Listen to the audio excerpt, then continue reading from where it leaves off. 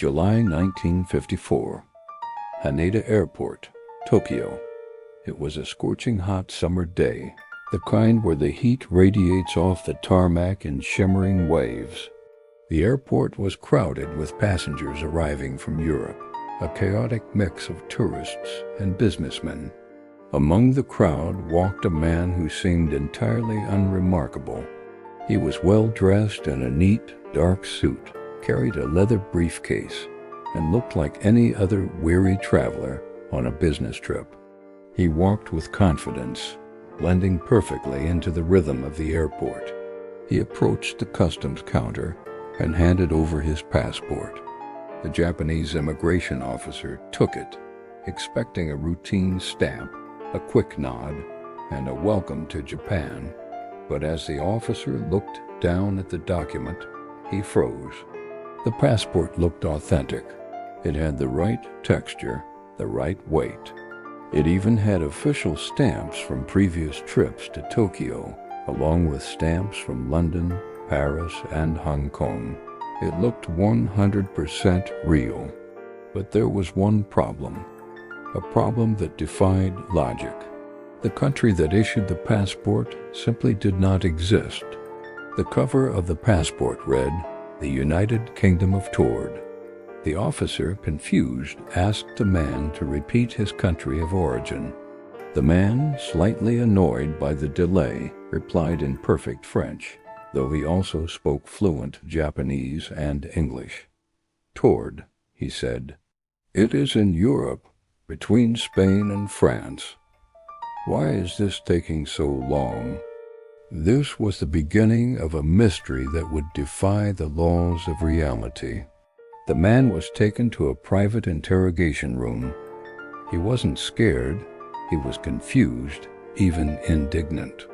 He claimed his country, the Kingdom of Taured, had existed for over 1,000 years. He couldn't understand why the officers were treating him like a criminal. To resolve the confusion, the officers brought out a large, detailed world map. They placed it on the table and asked the man to point to his home.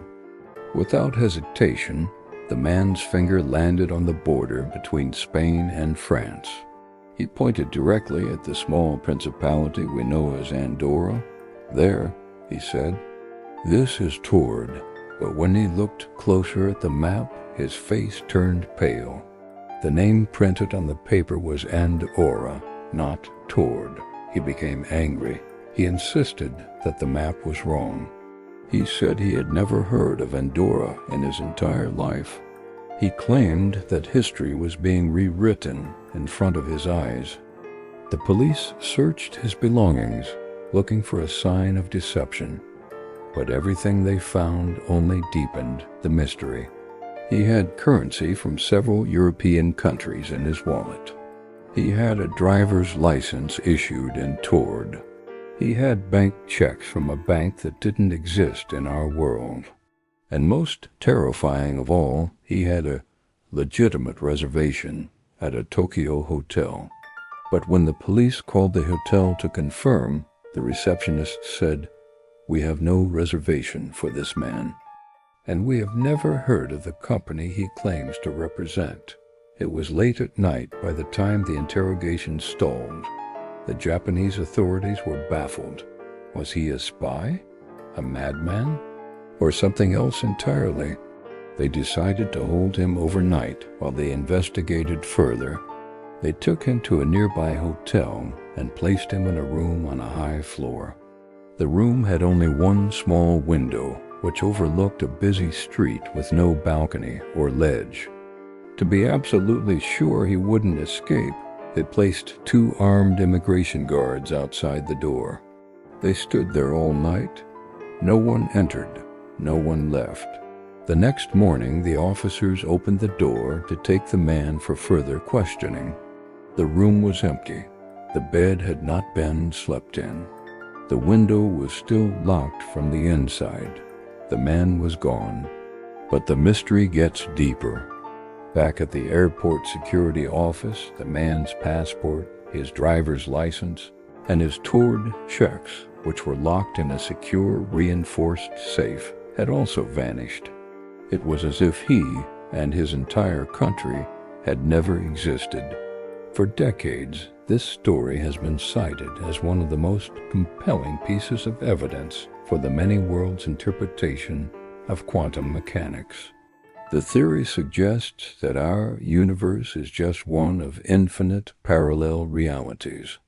In our timeline, the region between Spain and France is called Andorra. But perhaps in a neighboring dimension, history took a slightly different path, and that region became the kingdom of Taured. Did this man accidentally slip through a glitch in the Matrix? Did he walk through a wormhole at the airport, crossing from his Earth to ours? It sounds like science fiction, but physics tells us that boundaries between dimensions might be thinner than we think. If he slipped back to his own universe that night in the hotel, it would explain why his physical documents vanished along with him. They simply couldn't exist in our reality. But is there a more grounded, perhaps darker explanation? For years, internet sleuths and historians searched for the truth behind the legend, and recently they found it. The legend of the man from Taured is likely a distorted, telephone game version of a real event involving a man named John Zegris. In 1954, a man was arrested in Tokyo for using a fake passport. But it wasn't from Taured. The passport was issued in Tamanrasset. Now, Tamanrasset is a real place. It is a city in Algeria, but it is not an independent country. John Zegris was a professional con artist and a master forger. He traveled the world with a passport he had made himself. It was a masterpiece of deception. According to Japanese court records, Zegrus was so charismatic and confident that he managed to fool border control in multiple countries. He claimed to be an intelligence agent for a United Arab Republic and a naturalized Ethiopian. When Japanese authorities finally caught him, the translation and transcription of his story became muddy. Tamanrasset sounds remarkably like Taured to a confused ear. The year 1960 drifted back to 1954 in the retelling. The dramatic escape from the hotel was added to spice up the story, and a clever con man became an interdimensional traveler. When Zegrus was finally sentenced to 1 year in prison, he stood up in court, filled with rage, and shouted that he would kill himself with a piece of broken glass rather than go to jail. His end was tragic, but human. So, was it just a lie?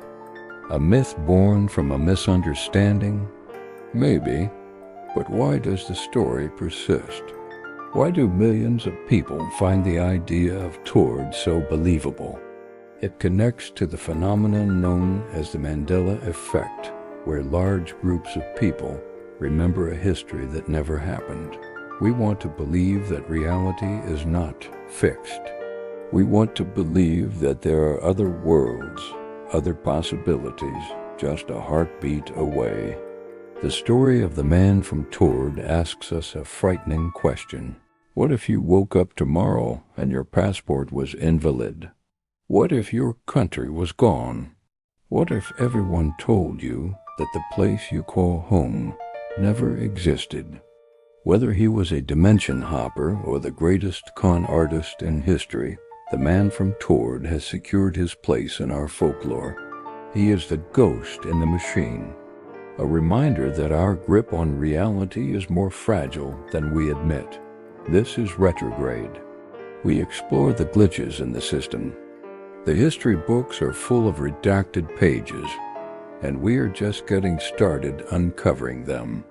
If you are watching this from this universe, make sure to subscribe and turn on the signal. Leave a like if you want to support the investigation. Tell us in the comments, have you ever experienced a glitch in reality? End of transmission.